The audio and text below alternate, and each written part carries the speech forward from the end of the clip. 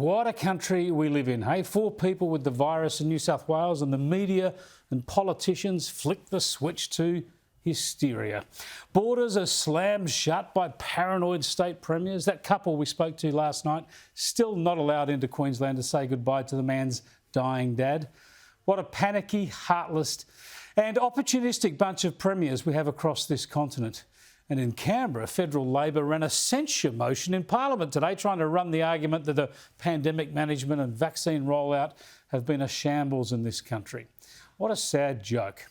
There's another change on AstraZeneca, limiting it to over 60s now. I'll come back to that later in the program. But for now, we have a country virtually free of COVID, where it's hard to convince people to get the vaccine because there's little risk of encountering the disease. And yet politicians still whip up hysteria.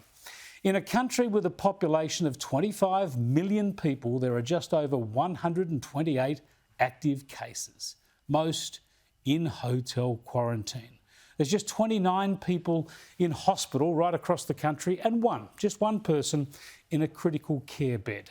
I mean, how much better does this country want it? Oh, and along the way, of course, more than 6 million vaccine jabs have been administered. Importantly, well, all of those over 70 and especially in aged care facilities getting top priority. Yet the country is dominated by more fear, more paranoia, and in some cases more restrictions and rules and border closures than we had a year ago.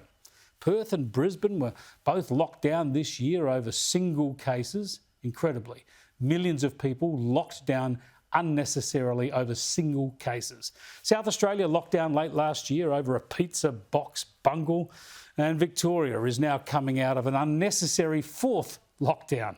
Once again, the exception that proves the rule is New South Wales Premier Gladys Berejiklian. Faced with a new cluster of 4 cases in Sydney's eastern suburbs, she has not overreacted. She has not imposed a single new restriction. At this stage, all we're asking people to do is to be on extra high alert, especially if you're in and around the eastern suburbs. The eastern suburbs community has been through this before and responded really positively. We're asking them to do that again. Please make sure you get tested if you've been to any of those venues or if you have any symptoms whatsoever.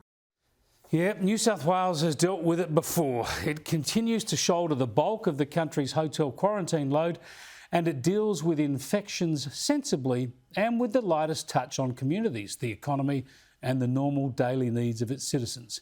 Here's what the New South Wales Premier asked of Sydney-siders.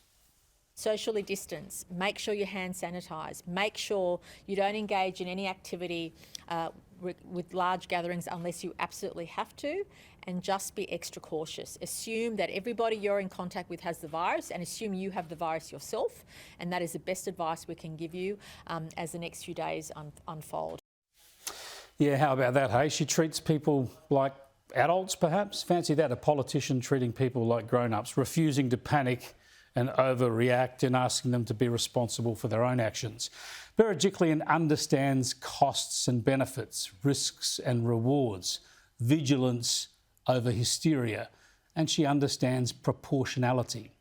Tragically, the other 5 states are run by Henny Pennies who love to scare the people, burden them with patronising nanny state rules and then boast that they are keeping them safe. It's dumb, it's damaging and it's delusional.